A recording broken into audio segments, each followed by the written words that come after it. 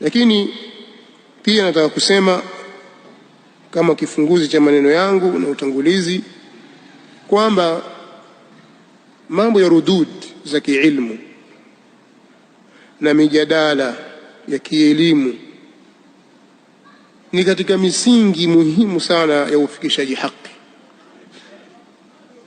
Jambo la rudud, tukisema rudud ni yale majibu au majibishano, mtu kupeleka majibu, kurudi hoja fulani na kuzivunja, kubainisha upotoshaji fulani, kuibainisha haki na kumbainisha mukhalif au kuibainisha batil kwa hujja za kielimu. Kadhalika mijadala ya kielimu ni katika mambo muhimu sana katika njia za ufikishaji wa dini ya Allah subhanahu wa ta'ala, na ni katika njia muhimu sana ya kuiporomosha batili na watu wake, hususan zikiwa rududi hizo na mijadala hiyo imejengwa juu ya misingi ya elimu na kadhalika ikaepushwa na mihemko ya kijazba, imejengwa katika misingi madhubuti ya ilmu. Pamoja na kwamba kuna watu wengi ambao si wasomi wa dini na baadhi yao ni katika wasomi, wamesoma kiasi fulani,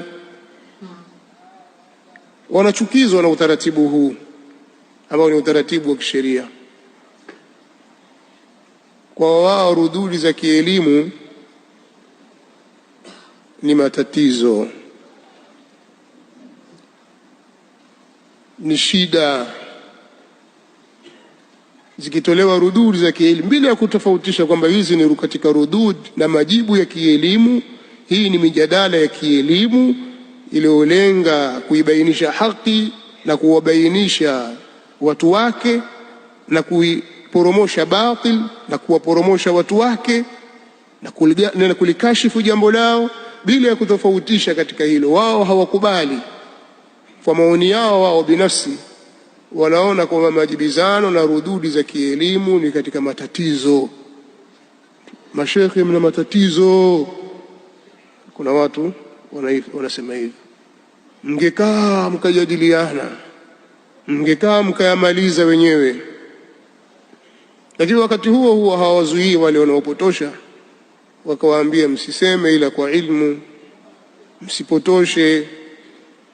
Maadamu upotoshaji upo na usemaji wa watu kusema bila ya ilmu ukawa upo na unaendelea, basi rududi za kiilmu zitaendelea, walau kariha alkarihun, hata kama watachukia wenye kuchukia.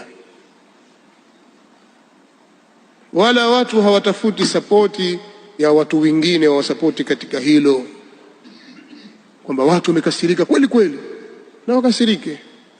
Hadha dinullah, hii ni dini ya Allah subhanahu wa ta'ala. Tutakiwa tuifikishe katika misingi salama, misingi sahihi.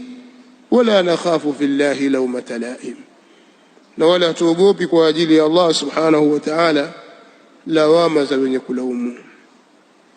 Kwa hiyo hili natakiwa lifahamike. Kuna watu hawapendelei jambo hili, na hali ya kwa sheria ya Kiislamu imeyahimiza mambo haya. Kitu cha msingi ni lugha. Hoja zako umezijenga katika misingi ipi? Unazungumza kwa lugha ipi? Ni nani unayezungumza naye? Hili ni jambo la msingi sana. Si kila mtu atasemeshwa kwa ukali, lakini pia si kila mtu atasemeshwa kwa upole, na hili lina mifano mingi. Mtu ni uvivu tu au ni ujinga wa kutokufahamu mambo, lakini ukirejea katika vitabu vya elimu utayakuta haya yamejaa tele. Ni kazi imeshafanyika quruni, kwa karne nyingi. Kwa hiyo haiwezi kurudi nyuma, kwa sababu kuna mtu katokea katika karne hii kwa utashi wake tu hakupendezwa na hali hiyo. Usipende, hujaambiwa upende. Kwa hiyo hili nimetaka kulitanabahisha mwanzo kabisa,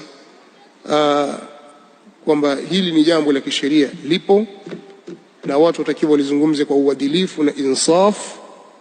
asifanywe dhulma mtu, na kila mmoja apewe lugha inayostahiki katika kufikishiwa ujumbe.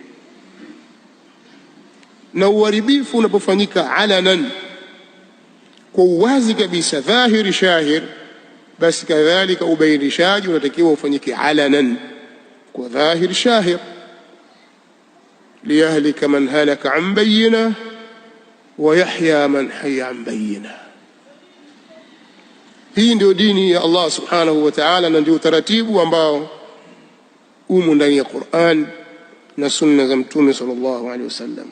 Sheria ya Kiislamu imehimiza pia sana mambo ya mijadala na kuzijadili hujja, wajadiluhum billati hiya ahsan, billati hiya ahsan, najadilianeni nao kwa ile njia ambayo ni ahsan, iliyo bora zaidi.